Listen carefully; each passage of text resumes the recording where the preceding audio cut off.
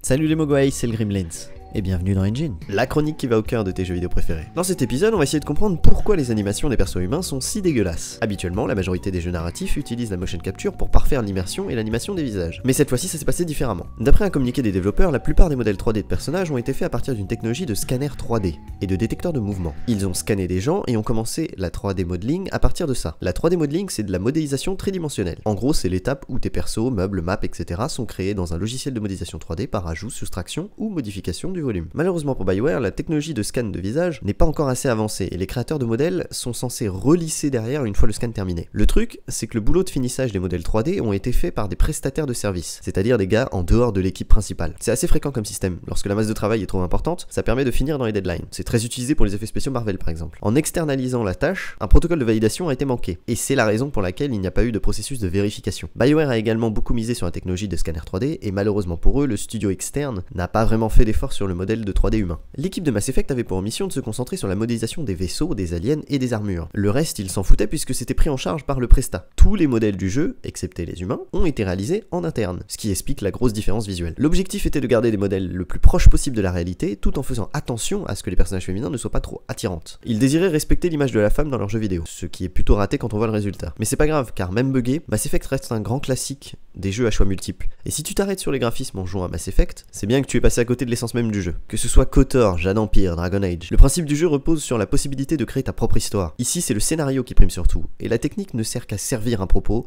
qui a pour objectif de te faire vivre la plus grande aventure de ta vie. Refais KOTOR et tu comprendras. Peu importe à quel point il a mal vieilli, que les cinématiques soient buggées et que certaines missions soient irréalisables sans patch, ce qui compte c'est la richesse du scénario. Et c'est la raison pour laquelle ça fait de lui un monument de l'histoire du jeu vidéo.